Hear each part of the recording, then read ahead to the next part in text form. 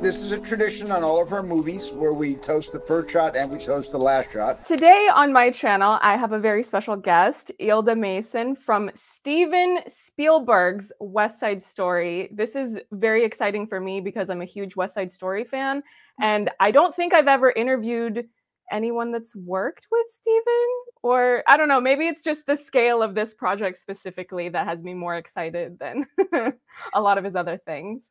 Same. Thank you so much for having me. I'm so excited to talk all things West Side. So I actually saw some of your other interviews and you had mentioned that West Side Story was one of your favorite musicals before you had even booked this project. So what was it that you loved about this particular musical? I mean, West Side Story is perfect. The thing is that I didn't know West Side Story before I came to the United States, which is odd. Most people do know it all their lives in musical theater. However, it was 8 years ago when I moved to New York that I was introduced to this musical, and everyone was like, you need to be in West Side Story. You need to be in it because of who I am and because I am from Panama and I'm a Latina. So it's always been a big honor and the biggest gift to be able to be in this show. It is very special and not everyone gets the opportunity to do it. And just to do it, I've done it now 4 times, 3 of them completely different. It's an honor. It's a huge opportunity. West Side Story, sadly, is still as relevant today as it was 64 years ago. So it is just, I'm so proud and so grateful to be able to be a part of this. One of the things that I really like about the story is that it's extremely classic, which makes sense because it's actually older than the time span that you mentioned because it's an adaptation of Shakespeare's Romeo and Juliet. Did you grow up having much interaction with Shakespeare's works, and did you have any impression of that play, or maybe doing the musical changed your understanding of the original play? Honestly, I think I didn't have that big of an exposure to Shakespeare per se. However, I did know Romeo and Juliet. I think my first memory of Romeo and Juliet was the version with Claire Danes and Leonardo DiCaprio, which was incredible. But yeah, no, it was until very recent that, I mean, I think that's one of the reasons that I love this play so much, because how classic it is and how it has shifted throughout the years. And I mean, talk about legendary, like West Side legendary. I find that what's interesting about Romeo and Juliet is that people put it in this box of it being a love story. And I always felt like it's so much more than that, because even back in the original play, you have these 2 feuding families and they never actually explain why they're fighting. So Exactly. I think the subtext of that is that the reason for them to be fighting is not a good enough reason for them to be fighting, which is a perfect way of building an allegory about racism and discrimination towards Latin Americans, towards anybody who's an immigrant. So yeah, I think it's a perfect thing to leap off of to make this musical. You're absolutely right. Everything you just said. It's so Yeah. true.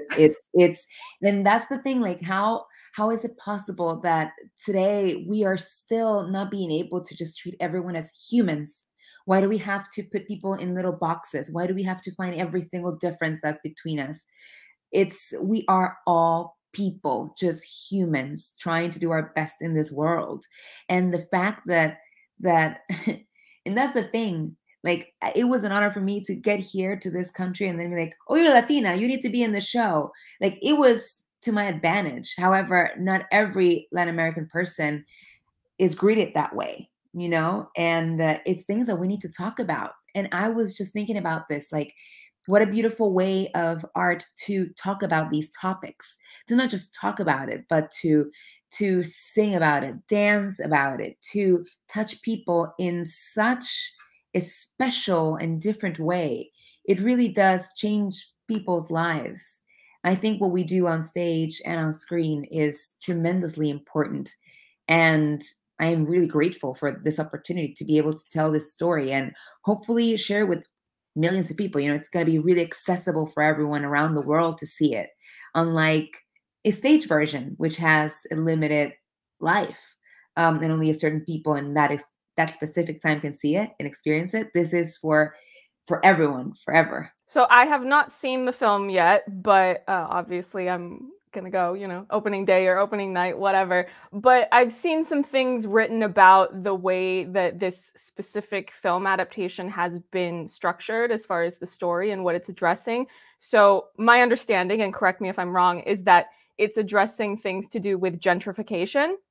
Correct. Yes. So was that topic something that was very present to you growing up in Panama? Because I mean, like, excuse my ignorance, but I've never been to Panama, so I don't know a ton about everything going on sociopolitically in Panama. So I don't know, was that a subject that you were able to connect with personally, or maybe you got a better understanding of it after moving to New York City, perhaps? Honestly, and please do not apologize about not knowing about Panama's sociopolitical like environment. It's, I think it's a thing that it goes on every single day, everywhere. It's people are fleeing their countries because they're not safe. People are being rejected from countries because they're seen as a certain way, even though it's more dangerous in their home country. Growing up in Panama, it's not that it was like in the forefront like it is today here, for example, in the United States or in many other countries in Europe. However, it has always been present. There has always been a division in classes. Like people live in very different ways. People, it is a struggle. Like in Panama, the people, el pueblo, there's always this fight because, like in many other places, there's corruption. The rich get everything. Then there's nothing for the more humble. So it's a thing that is lived here. It's lived in Panama. It's lived everywhere, everywhere, everywhere.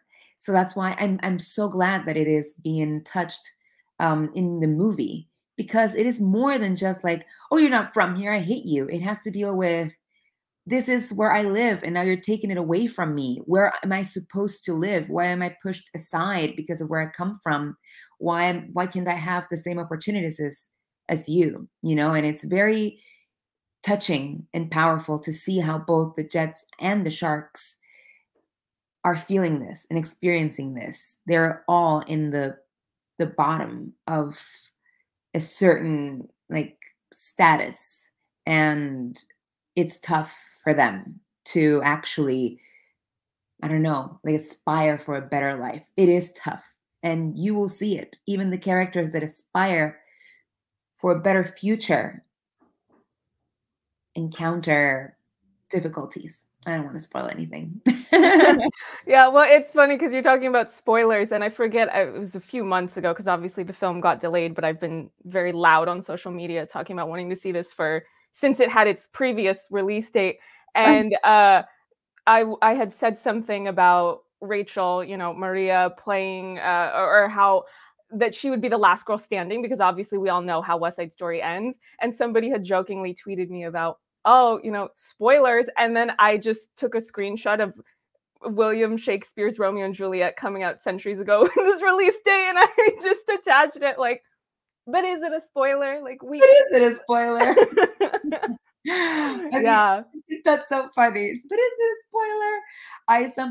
I've been asking a lot lately, like, oh, do you know West Side Story? And people are like, yes, I know West Side Story. But some are like, not really. So I'm very excited for the people who don't, because I don't judge. Like, I didn't know it until very 8 years ago, and I'm very excited for them to fall in love with these characters, and then and then it all goes wrong. Well, goes wrong for some people. Some people. Yeah.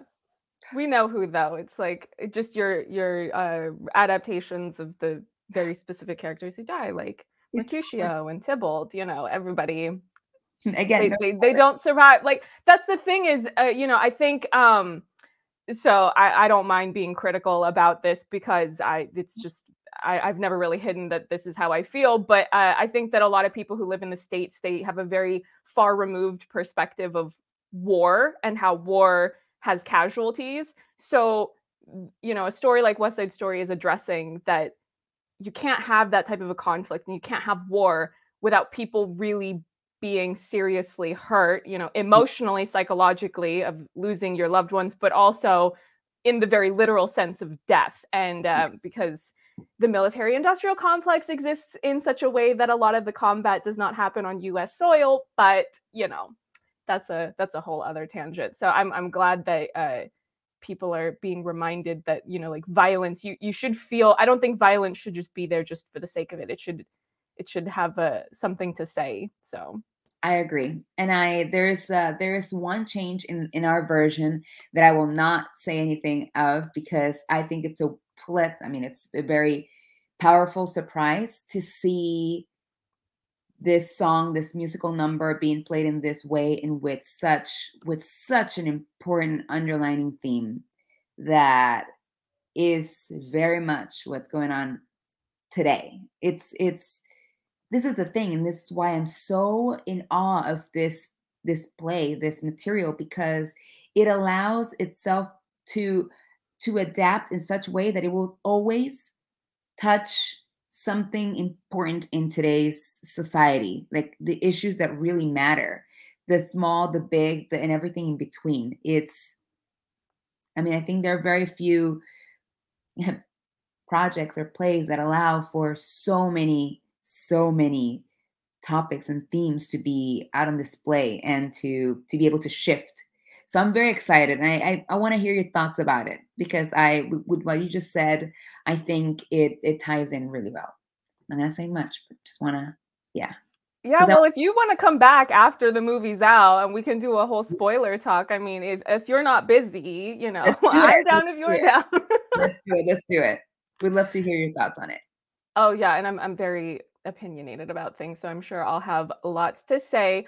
I would love to hear, though, about the experience of working with Steven Spielberg, because he is one of those directors that he comes from a particular era of getting started. So there's like a seasonedness about presumably his approach to things. But it's very interesting that as someone with his status in the industry, that he would have more or less any story that he wants to do, he could probably make. And this is the one that he wanted to do, and that he had this historical love for the musical. So anything you want to share about Comandante Spielberg's Jefe Steven Spielberg process? Yeah. Well, you know, this has been his dream for the longest time, which is insane to me to think how is this project, the dream passion project of Steven Spielberg, awarded incredible everything that we know, you know, director. How is it his dream the same as my dream? A Panamanian immigrant who is coming to this country with the hopes of, you know, playing a part in this story. How is it that someone so huge, I don't even have the big enough words, someone so huge has the same passion for this project as someone like me? Working with him was a dream because, like I said, being someone so awarded, so incredible, so smart, he is also so kind, and he takes time to really observe people, to see them, and he takes the time to shine a light on those people. Like, it was so wonderful to see that, because, you know, this is a big, tough industry, and you can find everything and you know, in it. And to know that someone who I admire so much is on top of talented and Jurassic Park is my favorite movie. That we can go into his whole filmography, but like, I'm just gonna say Jurassic Park is my favorite movie. Someone that big and that has done so much and touched so many lives is also a wonderful human. Come on, like, seriously, it was an a gift. I couldn't believe my eyes every day that I would go to work and I'm like, good morning, Jefe. Hi, good morning. I'm like, what is life? What is this? It was so, I learned so much from just observing, from seeing how he interacts with people, seeing how he treats his team, how he, someone so big, also faced the difficulties of, scrutiny, people doubting him. It's like, oh, he's never done a musical. Who would dare touch West Side Story? But then again, if we are not allowed to try something new, how is anyone going to get a start? Which is another thing that I felt so that we, in my mind, connected, because I mean, we didn't connect about this, but that I resonated with, because I was given this opportunity to do this project. I longed for, I begged the universe to let me do this and be a part of this. And I'm so proud that I am, and so grateful that I'm able to be in it. But at the same time, like,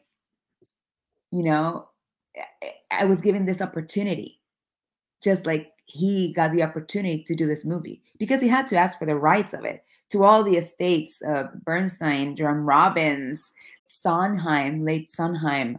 It took a lot for him to be able to do it.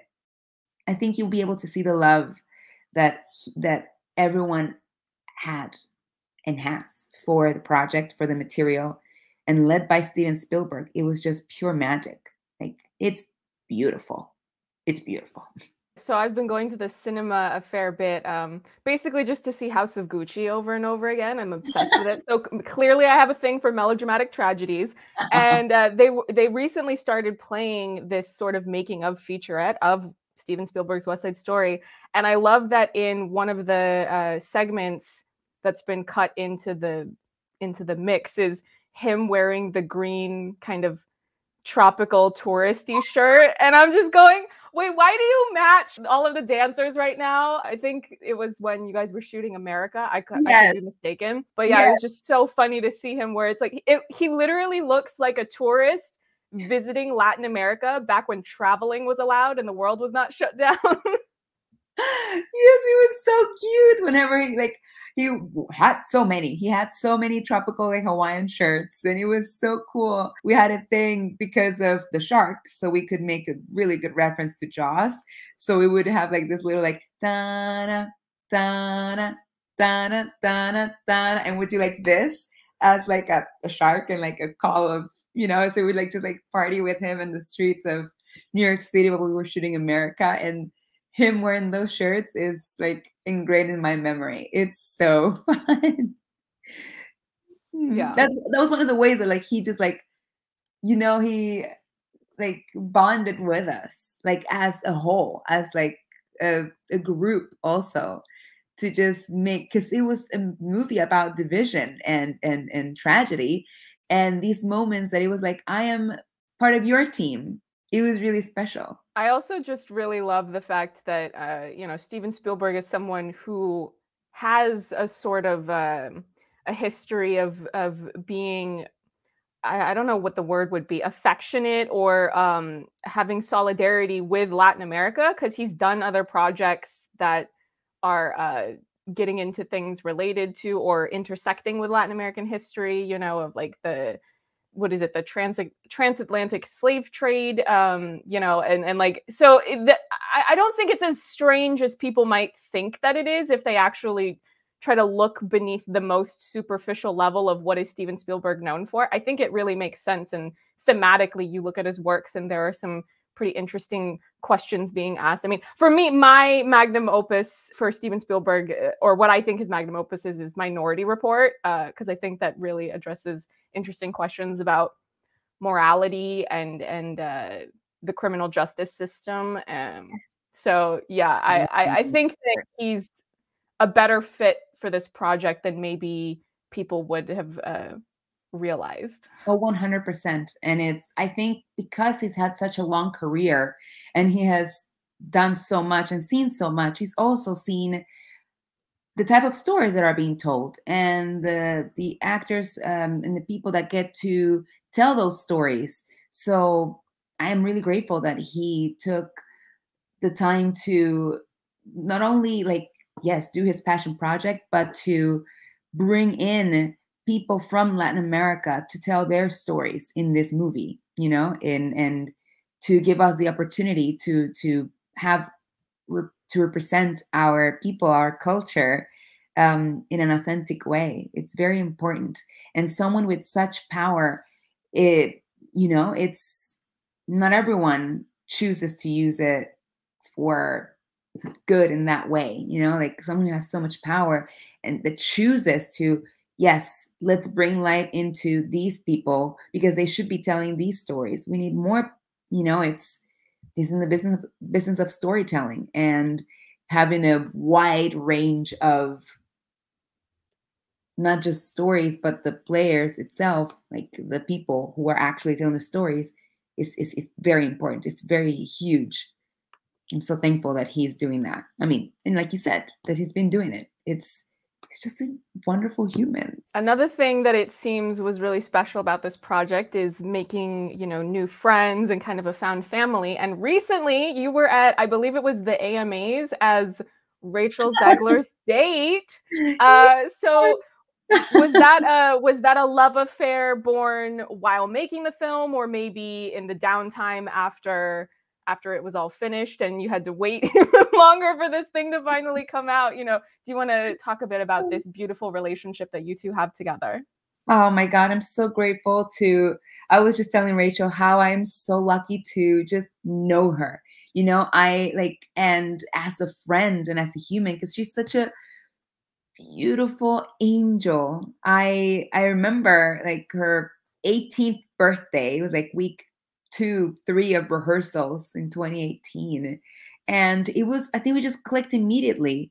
We also worked and I feel pretty together in rehearsals. And I think that's where our like goofiness also flourished because we got to literally just sing and have fun and it was, I don't know, I guess we always connected even with her mom and like making arroz con pollo for us and on set. And I've always appreciated her so much. I'm so thankful that she invited me to go to the AMAs with her. It was such an honor to be her date. And it's so crazy now how like seeing the movie for the first time, I see it and I'm like, I look at Rachel and I'm like, she's the girl from the movie, you know? But it's like, but she's my friend. Like, why like FaceTime and text and like, you know? And now it's a superstar. It's wild. She's so incredibly talented. She's a star. I cannot even. I the world is not ready. The world doesn't even know. Like I saw it and I was still not prepared. I love her. So I know that you have more press to do today, but I hope that you will come back to talk more about the film. Because also I had so many other notes written up just about, you know, you going to the New York Film Academy and you getting a bachelor's before blowing up as a member of Steven Spielberg's West Side Story. So there's still plenty left to get into if you would like to come back at some point. Absolutely. I would absolutely love to come back and talk to you more about all of these things. Thank you so much for this time today and for your perspective. I am very excited for what you think about the movie. And honestly, thank you so much for sharing this time with me and my perspective on it and my you know, my experience. It's a dream come true. And yeah, I hope you enjoy the movie. Go watch West Side Story in theaters December 10th.